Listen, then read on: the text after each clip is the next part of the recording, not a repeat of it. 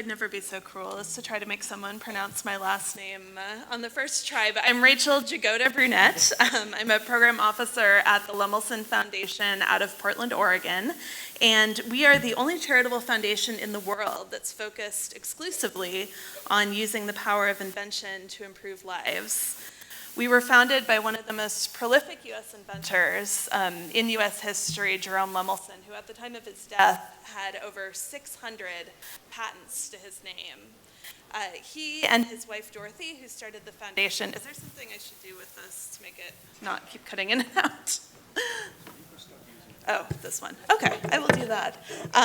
So he and his wife, Dorothy, knew the power of invention to improve lives and felt that it was absolutely essential to a strong and vibrant future. And we've had the honor of working with educators and inventors around the world over the last 20 years. So I'd like to briefly share what we've learned about enabling young people to pursue their passions through invention. So many people, maybe even people in this room, think that great ideas come from out of the blue. But if in fact you talk to great inventors, they tell you that invention almost always starts with understanding that there is a problem worth solving, not a solution. When you reframe invention this way, you're helping young people understand that they are smart and creative enough to become an inventor. At the Lemelson Foundation, we work with organizations that know that inventions start with finding a meaningful problem. The programs that we fund ask students to look for problems in their world and work hard to understand them. Who's facing this problem? What are the circumstances in which they live? Why is it happening? Once students understand a problem and empathize with the people facing it, the solution often becomes evident. So let me share a story. I'll see if I can get it. Actually, let me go back. There we go. I'm not much of a technology person in spite of working for an invention group. So a group of high school students in Washington State wanted to participate in a program that we fund through our partners at the Massachusetts Institute of Technology. So Lemelson MIT Invent teams, which maybe some of you high school students around here have heard of, are groups of high school students who receive seed funding and other support to work on an invention of their choosing over the course of a school year. Only 10 schools across the country get to participate each year. And because invention is almost always a new and sometimes intimidating topic for educators, the Lemelson MIT Invent Teams program begins with intensive teacher training. The central theme of this training is what we call the Inventors Toolkit. So we've learned that there's a suite of tools that students need to learn to invent. The first is problem identification. Students must cultivate the capacity to think critically, identify real-world problems and possible solutions in the user's context through questioning, empathy, idea generation, and design process thinking. They also need a strong basis of skills, including science, technology, engineering, and math, as well as knowing how to build and prototype. And they need the ability to turn those ideas into solutions through entrepreneurial thinking, which includes user-centered design, communications, and management skills. So when the students from Washington went to their teacher and asked for advice on how to pick an invention to work on, he told them, look around your school and try to think of a problem that's facing others.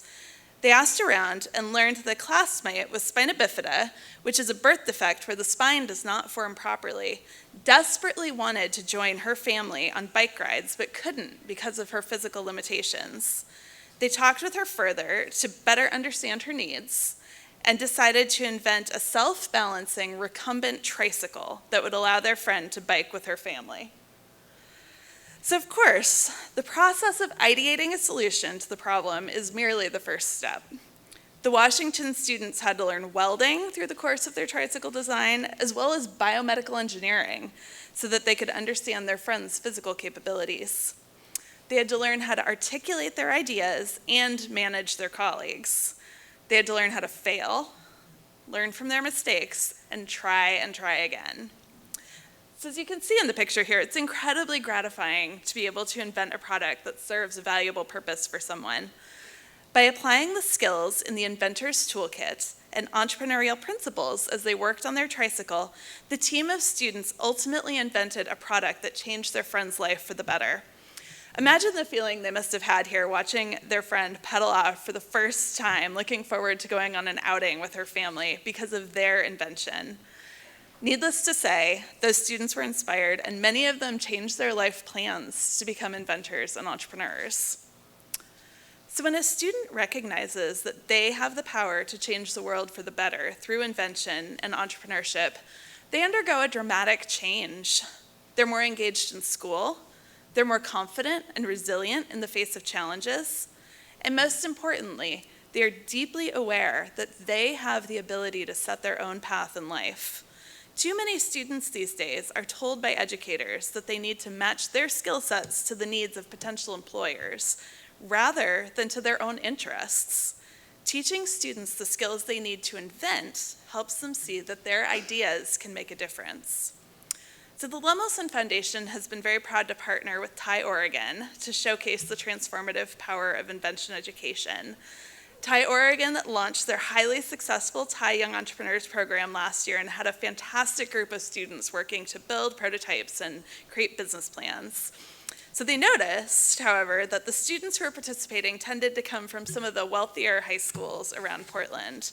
And they wanted to reach more deeply into underserved communities. So the Lemelson Foundation was able to help them launch a new version of their program at a high school with a disproportionately high number of students living in poverty.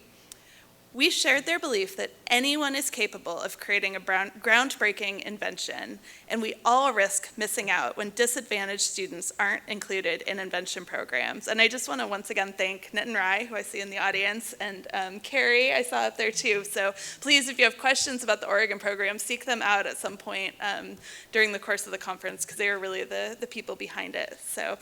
But they had an uphill climb from the beginning. They were offered time in a class with students who struggled academically and were potentially likely to drop out before graduation.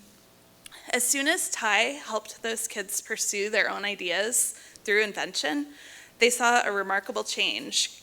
Grades went up, attendance improved. I had the chance to sit in on a class session, and one of the things that I noticed was that students were sitting together, diligently working on their ideas and their inventions together, even when the adults in the room weren't paying attention. And I know for the students in the audience, you guys know how big this is, and those of us who once were students know that when teachers looking away, that's not the time that you focus on your schoolwork. So this is the power of invention education. So not every student will become an inventor or an entrepreneur. Maybe every student in this room will, but not every student. But every child, no matter where they come from, should have the opportunity to explore whether invention is their passion. Every child should have the opportunity to gain the creative confidence that comes with solving a problem through invention. Those with the drive to invent should be supported and empowered. Organizations like TiE are well situated to provide opportunities to students from all over the country and the world to invent and build businesses. If you're here today and part of a TiE chapter with a Young Entrepreneurs program, I encourage you to get involved by mentoring a student or finding a local high-needs school to which you can bring the TiE Young Entrepreneurs curriculum. If you're part of a chapter that does not yet have a Young Entrepreneurs program, I encourage you to work to start one. And for those of you students and young entrepreneurs here in the audience today, you can help too. Tell your friends about your ideas and let them know that building an invention-based business is within their reach. The more students who are inspired to become inventor entrepreneurs, the better and brighter the future will be for us all. So thank you very much for your time today. If you're interested in learning more about the Lemelson Foundation's work or approach, you're welcome to find me at any point, or you can check out any of these resources that I put on here. Our website is lemelson.org, and thank you for your time.